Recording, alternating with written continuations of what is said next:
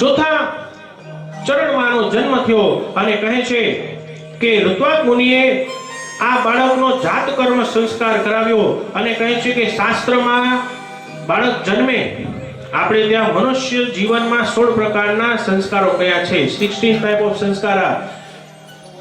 એમાંનો બાળકનો જન્મ થાય તો સર્વપ્રથમ તમારે જાત કર્મ સંસ્કાર કરવું પડે. જાત કર્મ સંસ્કાર એટલે શું? આજકાલ લોકોને પૂછીએ જાત કર્મ સંસ્કાર એટલે શું? આજકાલ તો બાળકનો જન્મ થાય એટલે લોકો બધાને ફોટા પાડીને મોકલવા માંડે કે બાળકનો જન્મ થયો, પણ લોકો સમજતા નથી. આજ તમે જુઓ, પહેલાના સમયમાં કોઈ બાળકનો જન્મ થાય ને તો માતા એના બાળકને 21 દિવસ સુધી બહાર ન લાવતા. તમને લોકોને ખબર હશે, વડીલોને ખબર છે, 21 દિવસ સુધી બાળકને બહાર ન લાવે, કારણ કે નાનું બાળક છે એ સદ્યોજાત શિશુ હોય અને એ બાળકને નજર જલ્દી લાગે. એટલે ખાસ આજકાલ તો છે કે ભાઈ બાળકનો જન્મ થાય એટલે કીધું છે કે જાત કર્મ સંસ્કાર. જાત કર્મ સંસ્કાર આપણે અડધો કરીએ છીએ. આજે આપણે ગળથુથી પાય ને બાળકને, જે ગળથુથી પાય ને એને જાત કર્મ સંસ્કાર કહેવામાં આવે છે. અને કહે છે કે જાત કર્મ સંસ્કારમાં મધ અને ઘી ભેગા કરી અને અડાડવામાં આવે અને કહેવામાં આવે વેદોશી જે નત્વા વેદેવમ વેદો ભૂયા. હે બાળક, તું વેદ છે. હે બાળક, તું વેદ છે, તું ભગવાનનો અંશ છે. અને આવું કહ્યા પછી ઘી અને મધ ભેગા કરી અને બાળકને ચટાડવામાં આવે તો એ બાળક પરમ વિદ્વાન બને છે. માં સરસ્વતી સ્વયં આવી ભગવતી એની રક્ષા કરે છે, એની વાણી પવિત્ર થાય છે, એનું આચરણ પવિત્ર થઈ જાય છે. તો આવી રીતે બાળકના તમે સંસ્કારો કરો તો એની અંદર સારા સંસ્કાર આવે છે. અને કહે છે કે આ ન કરવાના કાર્યો કરે અને કહે છે કે કુપુત્ર થયો અને કહે છે કે કુપુત્ર પાકે એટલે કુળનો નાશ થાય. અને કહે છે કે ભોજન ઉત્તમ ન મળે તો દિવસ વ્યર્થ જાય અને કુમિત્ર મળે તો સુખનો નાશ થાય. અને કહે છે કે હે મુનિવર બોલ્યા કે તું મારો પુત્ર છે, મેં કોઈ પણ એવું કર્યું નથી. અને કહે છે કે જેના પિતા સારા હોય એનો દીકરો સારો જોઈએ. શાસ્ત્રમાં કહ્યું છે, શાસ્ત્રમાં 4 દિવ્ય વાતો કહી છે કે સુશીલો માતૃપુણ્યેન પિતૃપુણ્યેન ચાતુર ઔદાર્યમ વંશપુણ્યેન આત્મપુણ્યેન ભાગવાન. કહે છે કે કોઈ પણ બાળક પોતાના માતાના સુશીલથી સત એટલે કે ચરિત્ર અને સંસ્કારી બને છે. જેની માતા સંસ્કારી હોય એનો પુત્ર સંસ્કારી બને. અને આપણે ત્યાં તો ભગવતીના રોજ પૂજન કરીએ, ગરબા ગાઈએ, મંત્ર પાઠ કરીએ, પૂજા પાઠ કરીએ તો આપણા સંતાનો પણ અવશ્ય ચરિત્રવાન થાય છે.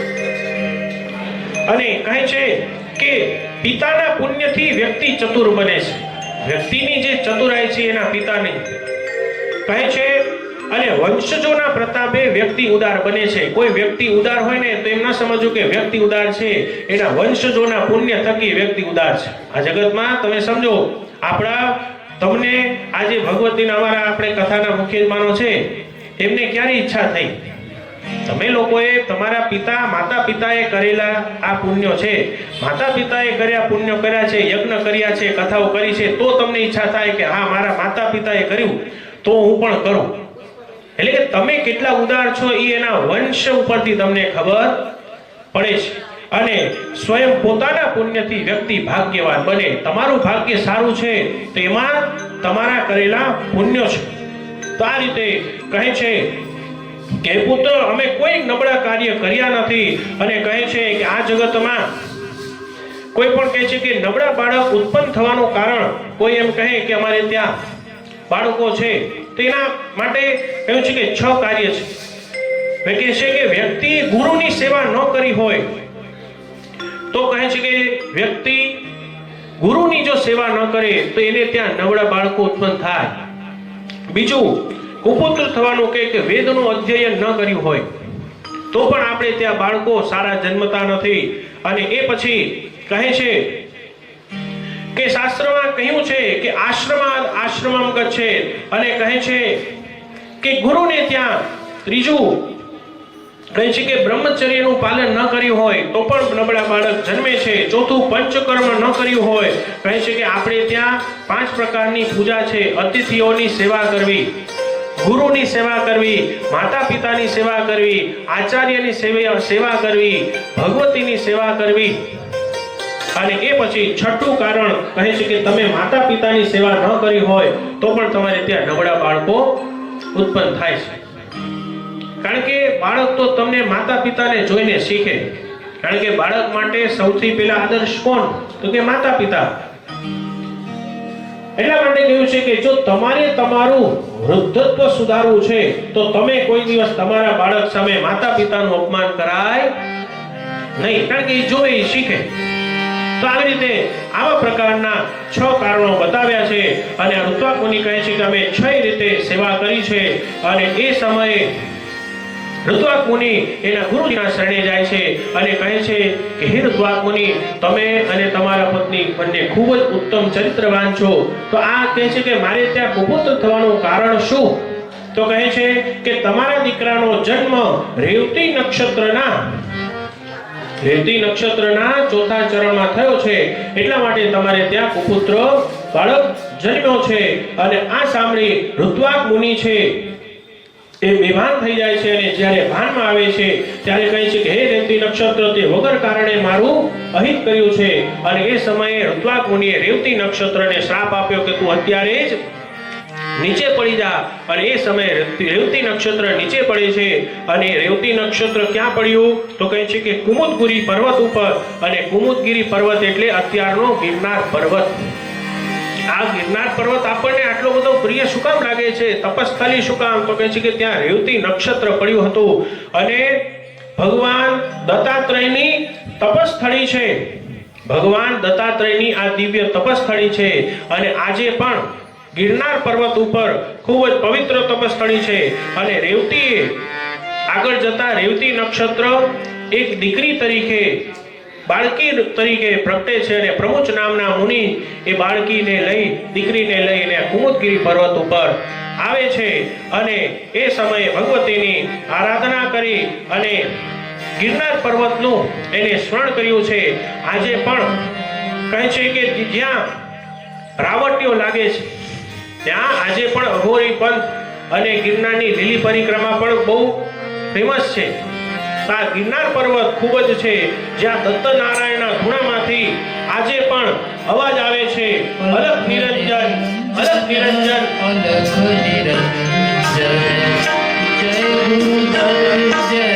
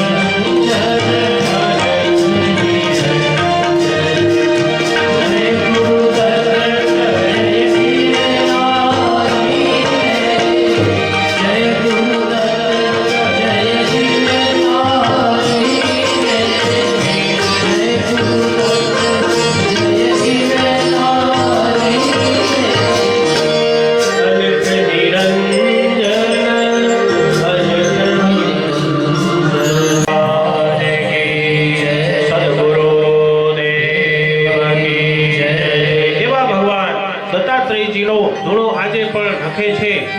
જ્યાં રાવટીઓ લાગે છે એવા ભગવાન દત્તાત્રેયજી આ સ્વયં વિરાજમાન છે. અને આગળ જતા પ્રમુચ ઋષિ આ કુમુદગીરી પર્વત ઉપર એની દીકરીના લગ્ન કહે છે કે એની દીકરીના લગ્ન કર્યા છે. અને કહે છે કે રેવતી નક્ષત્રને પૂર્વકાળે જે ઋત્વાક મુનિએ શ્રાપ આપ્યો હતો ને નીચે પડ્યું હતું ત્યારે રેવતી નામની કન્યા બોલી કે પિતાશ્રી, હું જાણું છું કે આપ મહાતપસ્વી છો અને માં જગદંબાની સાધના કરો છો. અને પ્રમુચ ઋષિ જગદંબાની આરાધના કરી અને આશીર્વાદ થકી પ્રમુચ ઋષિએ ફરીથી રેવતી નક્ષત્રને આકાશ મંડળમાં સ્થાપિત કર્યું છે. અને કહે છે કે આ એ જ ગિરનાર પર્વત છે કે જે રેવતી નક્ષત્રને પુનઃ આકાશમાં સ્થાપિત કર્યું છે. અને પ્રમુચ ઋષિએ રેવતી નક્ષત્રમાં દીકરીના લગ્ન કરાવ્યા. અને આગળ કહે છે કે દુર્દમ રાજા સાથે એના લગ્ન કરાવ્યા છે. આગળ જતા સ્વયંભૂ મનુના વંશજથી તમને મન્વંતરનો અધિષ્ઠાતા પુત્ર પ્રાપ્ત થશે. અને કહે છે કે રાજન, જો તમારી આવી ઈચ્છા છે તો તમે ભગવતીની આરાધના કરો. અને માં ભગવતીની આરાધના આ દુર્દમ નામના રાજાએ 5 વખત કર્યું છે અને 5 વખત દેવી ભાગવત તમે શ્રવણ કરો, તેના મનની ઈચ્છા, મનની અભિલાષા અવશ્ય પૂરી થાય છે.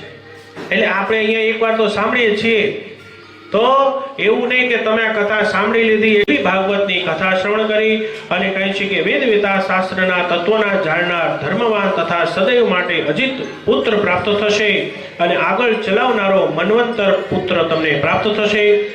અને એ વખતે લોમશ નામના મહાત્મા આ રાજાને ત્યાં પધાર્યા અને શ્રીમદ દેવી ભાગવતનો કથાનો શ્રવણ કરાવ્યું અને કહ્યું કે માં ભગવતી કરુણામય છે, ભક્તોની ઈચ્છા પૂર્ણ કરવા માટે સદૈવ તત્પર છે.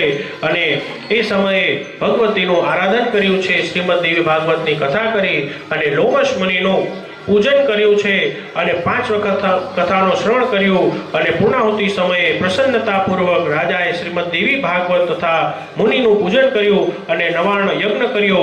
કુમારિકા તથા સૌભાગ્યવતી સ્ત્રીઓની પૂજા કરી અને ભોજન કરાવી દાન આદિ આપી સંતુષ્ટ કર્યા છે. સમય જતા રાણી રેવતીને ત્યાં જગદંબાની કૃપાથી એમને ત્યાં ઉત્તમ પુત્રનો જન્મ થયો અને કહે છે કે શ્રીમદ દેવી ભાગવતનો જે કોઈ પણ શ્રદ્ધાપૂર્વક આરાધન કરે, કથા શ્રવણ કરે, એને ત્યાં ઉત્તમ દીકરો પ્રગટે છે, એને ત્યાં દીકરો આવે જ. એટલા માટે આ શ્રીમદ દેવી ભાગવત સંતતિ પ્રાપ્ત કરવા માટેનું ઉત્તમ સાધન રહેલું છે. અને આગળ જતા એને ત્યાં દીકરો થયો, જાત કર્મ સંસ્કાર કરાવ્યા અને આગળ જતા એ દીકરાનું નામ રૈવત પાડ્યું છે અને એ રૈવત થકી આગળ જતા રૈવત નામનો મન્વંતર ચાલ્યો. જેમ અત્યારે વૈવસ્વત નામનો જે અહીંયા સમય ચાલી રહ્યો છે, સમય જતા રૈવત સર્વ વિદ્યાઓનો ભંડાર બન્યો અને સ્વયં બ્રહ્મદેવે તેની યોગ્યતાને જોઈ રૈવત મનુના પદે સ્થાપિત કર્યો અને રૈવત નામનો આખો મન્વંતર ચાલ્યો. એટલા માટે કહ્યું છે કે શ્રીમદ દેવી ભાગવતનું શ્રવણ અવશ્ય કરવું જોઈએ. કહે છે કે વારસામાં LIC મળે, વીમા મળે, ધન સંપત્તિ મળે, પણ કહ્યું છે કે વારસામાં પુણ્ય પણ મળે. જો વારસામાં ધન સંપત્તિ આદિ મળતું હોય તો વારસામાં પુણ્ય પણ મળે છે. એટલા માટે જો તમે આ કાર્ય કરો છો, કેવલ તમારા માટે નહીં, તમારી આવનારી પેઢીઓ માટે પણ છે. કેવલ તમારું નહીં, તમારા વંશજોનું પણ આ કલ્યાણ કરે છે. એવું આ દિવ્ય શ્રીમદ દેવી ભાગવત છે.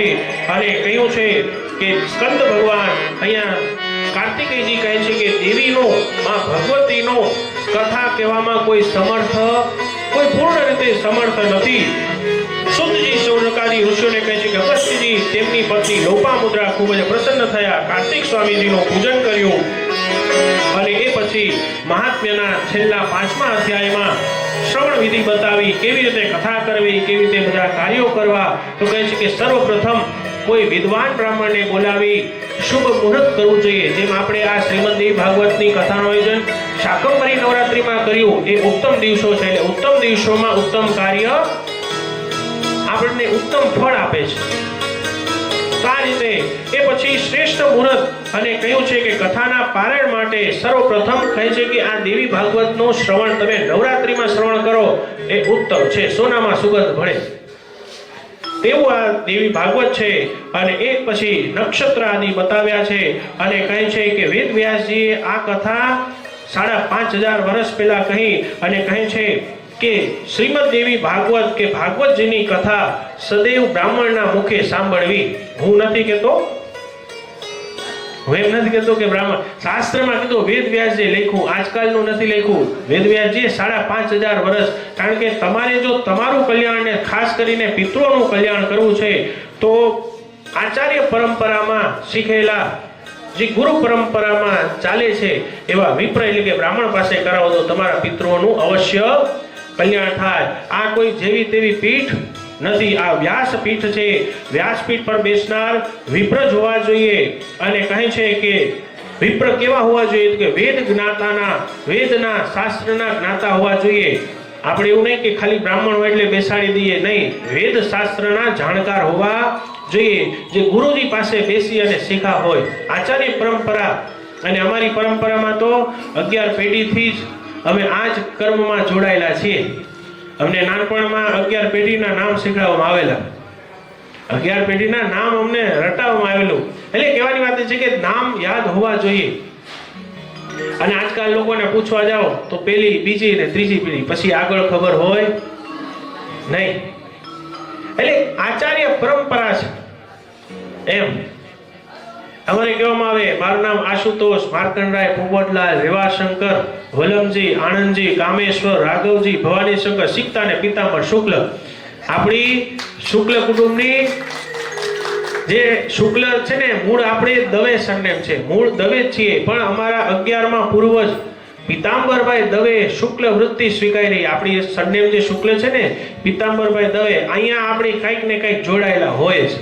એટલે આ પરંપરા છે. એટલે બાળકોને તમે નાનપણમાં જે સંસ્કાર આપો ને, યાદ રહી. અમને રાતના 3 વાગે ઉઠાડીને કે ને કે આ મંત્ર બોલો એટલે બોલાય જાય, એમાં પછી અમારે વિચાર કરવો પડે નહીં. અને શાસ્ત્રમાં કીધું છે કે બાલેશુ વેદા, બાળપણમાં 16 વર્ષનો બાળક હોય ત્યાં સુધી તમે એને જેટલું શીખવાડશો ને એ ઉમ્રભર યાદ રહેશે. તો આ રીતે કહ્યું છે કે વિપ્ર હોવા જોઈએ, અને કહીએ છે કે નિષ્પૃહી અને સંતોષી હોવા જોઈએ, અને સાથે સંકીર્તન પણ કરાવે એવા હોવા જોઈએ. અને તમને કથામાં કંઈ સમજાય નહીં કથા તો દ્રષ્ટાંત સાથે સમજાવે એવા વક્તા હોવા જોઈએ. એ પછી શ્રોતાઓના નિયમ, આ તો વારા પછી વારો હોય ને, મહારાજના નિયમ હોય તો સાંભળનારા પણ શ્રોતાઓનો પણ નિયમ હોય. તો અહીંયા કહ્યું છે કે શ્રોતાઓના નિયમો જણાવ્યા છે. કહે છે કે સર્વપ્રથમ શ્રોતા એવા હોવા જોઈએ કે બ્રાહ્મણોનો આદર કરનાર, ગુરુજનોનો, માતા પિતાનો આદર કરનાર વ્યક્તિ હોવા જોઈએ. અને કહે કે કથાને તમારી અંદર ઉતારવાની વાત છે. જો કથા કહેનાર વક્તા ઉપર જો તમને શ્રદ્ધા ન હોય, અને આપણે કહીએ કે મહારાજ તો કીધે રાખે, મહારાજ કે રાખે, આપણે આપણી અંદર એ નિયમોને ઉતારો નહીં તો એ કથા તમને કોઈ લાભ આપતી નથી. આ કાનથી આ કાનને બહાર કાઢવાની વાત નથી. આ કાનની નસ હૃદયથી કનેક્ટ થાય, એટલે હૃદયની અંદર ઉતારવાની. તમારો જે કાન છે ને એ જ યજ્ઞ કુંડ છે. જ્ઞાન યજ્ઞમાં તમારો કાન, ભગવાને આ કાનનો આકાર આવો કેમ આપ્યો છે? આ પડિયા જેવો શું કામ આપ્યો છે? આ કાન આ ન હોય, આગળનો ભાગ ન હોય તો કાનમાં સંભળાય નહીં? સંભળાય. આ ભગવાને વધારે 15 ગ્રામ વજન વધારી દીધું. કાન શેના માટે આપ્યા છે? જો કાન ન હોત તો આ ચશ્મા કેમ રહે? એટલે આ જ્ઞાન યજ્ઞમાં તમારો કાન જ યજ્ઞ કુંડ છે. અને યજ્ઞ કુંડમાં આપણે કહીએ કે અગ્નિ હોય અને એની અંદર જવતલની આહુતિ આપે.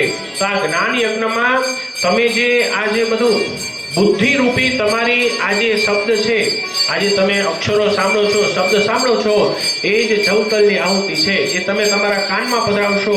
અને આપણે કહ્યું યજ્ઞની કુંડની અંદર અગ્નિ હોય તો બુદ્ધિ રૂપી અગ્નિ એ શબ્દને સ્વીકારે છે અને તમારી અંદર ઉતારે છે. એટલે ભગવાને આપણો આ જે કાનનો આકાર છે ને એ પડિયા જેવો બનાવ્યો છે. એટલે રસ અંદર ઉતરે, કથા અમૃત રસાસ્વાદ, કથા તમારી અંદર ઉતરે. તેવી રીતે કહે છે કે વક્તા ઉપર વિશ્વાસ હોવો જોઈએ. 9 દિવસની કથામાં કહે છે કે જ્યાં પણ ધાર્મિક કાર્યો થતા હોય ત્યાં કહ્યું છે કે લોભ ન કરવો. શાસ્ત્રની જે વાત કહી છે એમાં તમને શ્રદ્ધા હોવી જોઈએ. અને જ્ઞાન યજ્ઞમાં કે કોઈ પણ કાર્ય કરો એની અંદર અક્રોધ, ક્રોધ કરાય નહીં. તમારો એક ક્ષણનો પણ, એક સેકન્ડનો પણ ક્રોધ તમારા ટોટલ પુણ્યને સમાપ્ત કરી દેશે. તમે મહેમાનનું સ્વાગત કરો તો આપણે મહેમાનને કહીએ આવો આવો, પધારો પધારો, તમારું વેલકમ છે, તમારું સ્વાગત છે, એવું કહો તો મહેમાનને કેવું સરસ લાગે. અને તમે મહેમાન આવ્યા હોય અને મહેમાન દ્વારે ઊભા હોય ને તમે એમ કહો કે તમે અહીંયા આવો આવો, બેસો બેસો, એમ બોલો તો ચાલે? તો આ તો જગત જનની છે, જગદંબા છે. જે મહેમાનોનું સ્વાગત તમે આટલી સારી રીતે કરો છો તો આ જગત જનનીનું સ્વાગત આપણે કેટલા ભાવથી કરવું જોઈએ. એવામાં ભગવતીનું શ્રદ્ધાપૂર્વક તમે પૂજન કરો. અને શાસ્ત્રમાં કહ્યું છે કે આ 7 દિવસ દરમિયાન ક્ષૌર કર્મ ન કરવા. ક્ષૌર કર્મ એટલે કે નખ છે, વાળ છે ઇત્યાદિ ન કરવા, પેલા કરી લેવું. આ 7 દિવસ દરમિયાન ક્ષૌર કર્મ કરાય નહીં, દાઢી ન બનાવાય. ભાઈઓ માટે આ નિયમ. જ્ઞાન યજ્ઞમાં તમે યજમાન થઈને બેઠા છો એના નિયમો છો. આ શ્રોતાઓ માટે તમે એમ કહો મહારાજ બધાને તમે હાલે. પછી કહ્યું કે 7 દિવસમાં તમે જે જગ્યાએ આવીને બેસો, એક આસન, તમે જે જગ્યાએ બેઠા છો એ આસન ઉપર બેસવાનું ફિક્સ. કારણ કે આપણે જુઓ કોઈ પણ પૂજા કરીએ તો આસન ઉપર બેસીને પૂજા કરીએ ને તો તમારું સ્થાન ફિક્સ હોવું જોઈએ. આજે અહીંયા કાલે ત્યાં, અહીંયા એમ નહીં. આસન સિદ્ધિ હોવી જોઈએ. બની શકે તો ગૌમુખી માળા લઈને બેસવું. જેટલું થઈ શકે માં ભગવતીના મંત્રનો પાઠ કરવો. અને આ દેવી ભાગવતમાં તો 99 મંત્રની ખૂબ આરાધના બતાવી છે, જેને આપણે કહીએ છીએ ઐમ રીમ ક્લીમ ચામુંડાય વિચ્ચે. થઈ શકે એટલો આ 99 મંત્રનો તમે જેટલો પણ જાપ કરશો. શાસ્ત્રમાં તો કીધું છે કે 9 દિવસમાં બની શકે તો 9000 વખત, એટલે કે 90 માળા તો મિનિમમ 99 મંત્રની કરવી જ જોઈએ. 90 માળા મિનિમમ કરવી જોઈએ. થઈ શકે એટલી. ના થાય તો કાંઈ વાંધો નહીં, 9 માળા તો કરી શકો તમે. એક માળા કરવામાં 10 મિનિટનો સમય લાગે. એટલે આપણે બપોર પછી કથાનો સમય હોય. આજે તો આપણે પહેલો દિવસ, પ્રથમ દિવસ એટલે પૂજા હતી, પણ કાલથી સવારના બની શકે એટલી તમારાથી 99 મંત્રની માળા કરવી. બપોર પછી આપણે કથાનો ક્રમ છે, તો સવારે એમ નહીં કે આપણે ફ્રી છીએ તો બેસો, એમ નહીં. થઈ શકે એટલે આપણે ભગવતીના 99 મંત્રનો જપ કરો. અથવા તમને જે મંત્રમાં શ્રદ્ધા હોય, જય ભવાની, જય અંબે, જે મંત્રમાં તમને શ્રદ્ધા છે, કુલદેવીનો મંત્ર છે તો ઓમ ઐમ હ્રીમ ક્લીમ બિંદુક્ષિણી દેવ્યય નમઃ, એ મંત્રનો તમે જપ કરો. થઈ શકે એટલું તમારાથી થઈ શકે તો ઉપવાસ કરવો. અને ઉપવાસ ન થાય તો યથાશક્તિ આપણે સાત્વિક ભોજન, અને આપણે સાત્વિક ભોજન જ રાખ્યું છે, તો સાત્વિક ભોજન કરવું. થઈ શકે તો ઉપવાસ કરવો.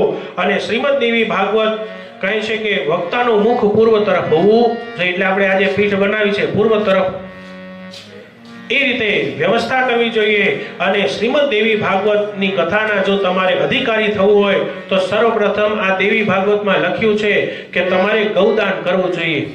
ગૌદાન ન કરી શકો તો ગાયની પૂજા કરવી જોઈએ. આ દેવી ભાગવતમાં લખેલું છે, સ્પષ્ટ લખ્યું છે કે ગૌ પૂજનમ કરોતું.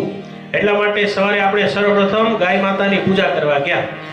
ગાય માતાની પૂજા કર્યા પછી જ તમને આ શ્રીમદ દેવી ભાગવત કથાના તમે સાચા અધિકારી બનો છો. અને આપણે કહીએ કે ગાયનું દાન તો આપણે કરી દઈએ, પણ કહે છે કે ગાયનું દાન વ્યક્તિ યોગ્ય વ્યક્તિને આપવું જોઈએ. એ તમે ગાયનું દાન આપો અને એ વ્યક્તિ ગાયને દુખી કરે તો એનો દોષ તમારો છે. અને એ શાસ્ત્રમાં કીધું છે કે તમે દાન આપવા તૈયાર છો, પણ સુપાત્ર વ્યક્તિને દાન આપવું જોઈએ. તમે જેને તેને દાન આપો અને એ પછી દાનથી, એ ધનથી શું કરે છે, ન ખાવાની વસ્તુ ખાય, હિંસા કરે, તો એનો દોષ આપણા ઉપર આવે છે. એટલા માટે શાસ્ત્રમાં આવા ઘણા બધા નિયમો કહ્યા છે. એટલે આપણે કદાચ ગૌશાળામાં જઈએ અને આપણે સવારે કર્યું છે પૂજન, અને કહ્યું છે કે ગાય માતાનું પૂજન કરવું, અને કહ્યું છે કે આપ સૌને કરબદ્ધ વિનંતી છે કે તમારાથી બીજું કંઈ ન થાય તો ગાયની રક્ષા અવશ્ય કરવી. જે જગ્યાએ ગાય હોય એની સેવા કરવી. કારણ કે ગાવો વિશ્વસ્ય માત્ર, ગાય એ સમસ્ત વિશ્વની માતા છે. અને કહ્યું છે કે તમે ગાય માતાની સેવા કરો, યોગ્ય ઘાસચારો આપજો. ત્યારબાદ 9 દિવસના પારાયણ દરમિયાન 99 મંત્ર અથવા સપ્તસતી એટલે ચંડી પાઠનું પઠન થવું જોઈએ. અમારા મહારાજ છે અહીંયા ચંડી પાઠનું પઠન પણ કરશે. આપણે અહીંયા શ્રીમદ દેવી ભાગવતનું પારાયણ પણ કરીએ છીએ. સાથે સાથે માતા દુર્ગા સપ્તસતીના પાઠ પણ થવા જોઈએ. 99 મંત્રનો જપ થવો જોઈએ. ગાયત્રી સહસ્રનામનો પાઠ થવો જોઈએ. અને કહ્યું છે કે આ કથામાં આ વેદ વ્યાસજીની આ જે વ્યાસપીઠ છે ત્યાં દેવી ભાગવતને અહીંયા કહે છે કે રેશમી વસ્ત્ર અર્પણ કરવાનો ખૂબ જ દિવ્ય ભાવ છે.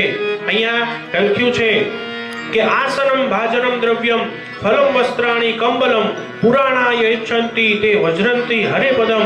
શાસ્ત્રમાં કહ્યું છે કે દેવી ભાગવતને શાલ અર્પણ કરવાથી માં ભગવતી ખૂબ જ પ્રસન્ન થાય. આ જે ઊનનું આસન છે અને ઊનની જે શાલ છે ને, આપણે જે પરંપરા છે કે ખેસ ઉડાડીએ, એ પરંપરા આ દેવી ભાગવતે આપી છે.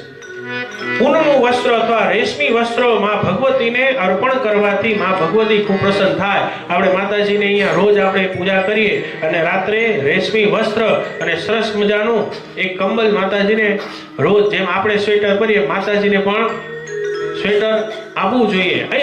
શાસ્ત્રમાં કીધું યથા દેહે તથા દેવે. માં ભગવતી એમ નથી કહેતા કે તમે 56 ભોગ ધરાવો. માતાજી એવું કહેતા જ નથી. જે વસ્તુ તમે તમારા માટે ઉપયોગ કરો છો એ જ વસ્તુ ભગવતીને અર્પણ કરો. ભગવતીનો દીવો કરો તો સાચા ઘીનો દીવો કરો. તમે સાચા ઘી ઘરે ખાતા હો અને માતાજીને ત્યાં ડાલડા ઘીનો દીવો કરો યોગ્ય કહેવાય નહીં? હા, જો તમે ડાલડા ઘી ખાવ છો તો ડાલડા ઘીનો દીવો કરો, ચાલશે. તમે કેવલ પત્રમ પુષ્પમ, પત્ર અને પુષ્પ, તુલસીજી, આપણે અહીંયા જો સંકલ્પ કર્યો તુલસીજી પણ ભગવાનને અર્પણ કરી દો તો ભગવાન એમ નથી કહેતા મને 56 ભોગ આપો. કેવલ ભાવ હોવો જોઈએ. અને એ પછી કથામાં વિઘ્નહર્તા ગણેશજીનું પૂજન કરી 10 દિક્પાલ, બટુક ભૈરવ, કાલ ભૈરવ, નવગ્રહ, શિવજી, આ બધા દેવતાઓની પૂજા કરવાનું અહીંયા એ મહાત્મ્ય બતાવ્યું છે. બ્રાહ્મણોની પૂજા અને એ પછી કહ્યું છે કે શ્રોતાઓના વિશેષ ગુણ કહ્યું છે કે શ્રોતાઓ પ્રવરો, ચાતકો, હંસ, શુકો, મીનાદેશ તથા શ્રોતા કેવા હોવા જોઈએ? તો કે શ્રોતા ચાતક પક્ષી જેવા હોવા જોઈએ. શ્રોતાઓ ચાતક પક્ષી જેવા હોવા જોઈએ. કહે છે કે શ્રોતાઓ ચાતક પક્ષી એટલે પપીહા નામનું એક પક્ષી છે કે જે કેવલ સ્વાતિ નક્ષત્ર હોય ને એની જ રાહ જોતું હોય. સ્વાતિ નક્ષત્રમાં વરસાદ પડે ને એ જ પાણી પીવે. એટલે કથામાં એક પણ વિષય છોડે નહીં. એવા વક્તા આપણે એક પણ વિષય છે એને ધ્યાનથી સાંભળે, એકો એક વિષય ચાતક જેવા હોવા જોઈએ જે કથા જ સાંભળે, બીજે ક્યાંય ધ્યાન આપે નહીં. એટલે ચાતક પક્ષીની નજર કેવલ સ્વાતિ નક્ષત્રના પાણી ઉપર જ હોય. પછી બીજું હંસ જેવા શુદ્ધ. હંસની અંદર નીર ક્ષીર વિવેક હોય. હંસને તમે દૂધ અને પાણી ભેગા કરીને આપો ને, હવે તમને એમ કહું કે દૂધ અને પાણી વાટકીમાં ભેગા કરીને આપું અને તમને એમ કહું કે દૂધ અને પાણી મને અલગ કરી દો તો તમે કરી દેશો? હંસ કરી દે, કારણ કે એની અંદર નીર ક્ષીર વિવેક હોય. દેવતાઓએ ભગવાને એના શરીરમાં એવી જીવા ઉપર એક એવું દ્રવ્ય આપ્યું છે કે એની અંદર એ દૂધ ને પાણીની અંદર ચાંચ બોળે ને એટલે દૂધ અને પાણી અલગ થઈ જાય. એ પછી કહ્યું છે કે નીર અને ક્ષીર વિવેકી હોવા જોઈએ. ત્રીજું શુક. શુક એટલે પક્ષી, તોતા, આપણે કહીએ પોપટ. તો કહે છે કે એના જેવું હોવું જોઈએ કે જે સતત એક ને એક વસ્તુનું રટણ કરે. તમે શુકને એક વસ્તુ કહો ને એટલે વારંવાર એની વસ્તુ બોલશે. એના હોવા જોઈએ કે વારંવાર કથાનું જ ચિંતન કરે રાખે. એવા વક્તા શ્રોતા હોવા જોઈએ. ચોથું મીન. શ્રોતાઓ મત્સ્ય એટલે કે માછલી જેવા હોવા જોઈએ. માછલીને તમે કોઈ દિવસ આંખ બંધ કરતા જોઈ? એ સૂતી હોય તો એ આંખ ખુલ્લી જ હોય. એટલે માછલી એક પણ ટપકું ન મારે. એટલે શ્રોતા એવા હોવા જોઈએ કે કોઈ દિવસ નિદ્રા દેવી પ્રગટ થવા જ ન દે. શ્રોતાઓ એવા હોવા જોઈએ કે કથાની વચ્ચે નિદ્રા દેવી પ્રગટ થવા જ ન જોઈએ. તો આવા 4 શ્રોતા ઉત્તમ બતાવ્યા છે. અને કહ્યું છે કે કોઈ પણ જગ્યાએ રોગચાળો થયો હોય તો એ જગ્યાએ શ્રીમદ દેવી ભાગવત ઉત્તમ છે. અને શ્રીમદ દેવી ભાગવત પુરાણ જે લોકો શ્રદ્ધાથી નથી સાંભળતા એને કથાનું ફળ નથી મળતું. એટલા માટે કહ્યું છે કે આ શાસ્ત્રમાં શ્રીમદ દેવી ભાગવત થઈ રહ્યું છે તો એકો એક વાત તમારે ધ્યાનથી સાંભળવી જોઈએ. અને પછી કહ્યું છે કે અડધા શ્લોકનો પાઠ પણ ઉત્તમ ગતિ આપે છે. ન ગાયત્ર્યા પરો ધર્મો, ન ગાયત્ર્યા પરંતપ, ન ગાયત્ર્યા સમો દેવો, ન ગાયત્ર્યા પરોમનો. કહે છે કે ગાયત્રી મંત્ર એ મહામંત્ર છે. ગાયત્રી મંત્ર મહામંત્ર છે. ગાયત્રીથી વધીને આ જગતમાં કોઈ મોટો ધર્મ જ નથી. આ દેવી ભાગવત સ્પષ્ટતા સાથે કહે છે ગાયત્રી ધર્મથી મોટો કોઈ ધર્મ જ નથી. ન કોઈ દેવતા છે, ન કોઈ દેવી છે. અને ગાયત્રી મંત્ર એ અમૃતનું રસાયણ છે, કથા સુધા છે. અને અંબિકાના ગુણગાન શ્રવણ કરવા વાળાનું અવશ્ય કલ્યાણ કરે છે. અને વિશેષ કરી ગાયત્રી મંત્ર એ બ્રાહ્મણો માટે મહાધન છે. બ્રાહ્મણે કહે છે કે 100 પુણ્ય કરો ને ત્યારે ઇન્દ્રપદ મળે. 100 પુણ્ય કરો ત્યારે ઇન્દ્રપદ મળે. 101 પુણ્ય કરો ને ત્યારે બ્રાહ્મણ કુળમાં તમારો જન્મ થાય. તો વિચાર કરો. અને એવો મોંઘો મનુષ્ય દેહ મળ્યો અને એમાં પણ આપણે બ્રાહ્મણ કુળમાં જન્મ્યા. અને બ્રાહ્મણ કુળમાં જન્મીને જો તમે ગાયત્રી મંત્રની આરાધના નથી કરતો તો એ જન્મ વ્યર્થ થઈ જાય છે. તો આપણે બધા ભાગ્યશાળી છીએ કે ઉત્તમ કુળમાં આપણને જન્મ મળ્યો છે અને એ જન્મને વ્યર્થ ન કરવો જોઈએ. એટલા માટે ગાયત્રી દેવીનું વિશેષ વર્ણન આપણે શ્રીમદ દેવી ભાગવતના 12 સ્કંધમાં વિશેષ વર્ણન કરશું. અને કહે છે કે સદૈવ ઉત્તમ ક્રમથી જ આ કથાને સાંભળવી જોઈએ. અને કહે છે કે જગદંબિકાની ચરણ રજથી આ સમસ્ત વિશ્વ ઉત્પન્ન થયેલું છે. એવા માં ભગવતીની શ્રી રજને જેમ રજમાં રજનું મહત્વ છે, ભગવાન કૃષ્ણ ખુલ્લા પગે ચાલ્યા છે, એવી રીતે આ શ્રી આપણે આ કુળદેવી બિંદુક્ષિણી માતાજીનું આ તીર્થ છે એ પણ અહીંયાની રજ પણ આપણા માટે ખૂબ જ ઉત્તમ છે. એવા માં ભગવતીનું નિવાસ સ્થાન દિવ્ય મણિદ્વીપમાં છે. મને એ વાતનો આનંદ છે કે આજે બધાએ જાણી લીધું કે બ્રહ્માજી બ્રહ્માલોકમાં રહે, વિષ્ણુ ભગવાન વૈકુંઠમાં રહે, શિવજી કૈલાસમાં રહે અને માં ભગવતી કયા લોકમાં રહે. એટલે હવે પછી તમને કોઈ પણ પૂછે કે માં ભગવતીનું ઘર ક્યાં છે તો યાદ રાખજો કે માં ભગવતી મણિદ્વીપમાં રહે છે. અને મણિદ્વીપનું એટલું મહત્વ છે કે તમે કેવલ મણિદ્વીપ શબ્દ બોલો ને માતાજી પ્રસન્ન થાય. તમે કોઈકને યાદ કરો, તમે કોઈકને ફોન કરો, જગદંબિકાને પ્રાર્થના કરીએ, હે ભગવતી જેમ તમે જગતનું કલ્યાણ કરો છો એવું અમારા પરિવારજનો અને આ જગતમાં જેટલા પણ લોકો છે અને આ કથામાં જેટલા પણ લોકો આવેલા છે એ બધાના હૃદયની અંદર આવી અને માં ભગવત તમે વિરાજમાન થાવ, બધાનું કલ્યાણ કરો. અને એ ભાવ સાથે અહીંયા શ્રીમદ દેવી ભાગવતજીનું આ મહાત્મ્ય છે માં ભગવતીના ચરણોમાં અર્પણ કરીએ. એ સાથે આજની કથાને અહીંયા विराम, क्योंकि समय कर गया इनकार, करो भगवती को नमस्कार. हाँ, भगवती ની આપણે કથા તો કરીએ પણ સમયને પણ સાચવવો જોઈએ. એ સાથે આ શ્રીમદ દેવી ભાગવતજીના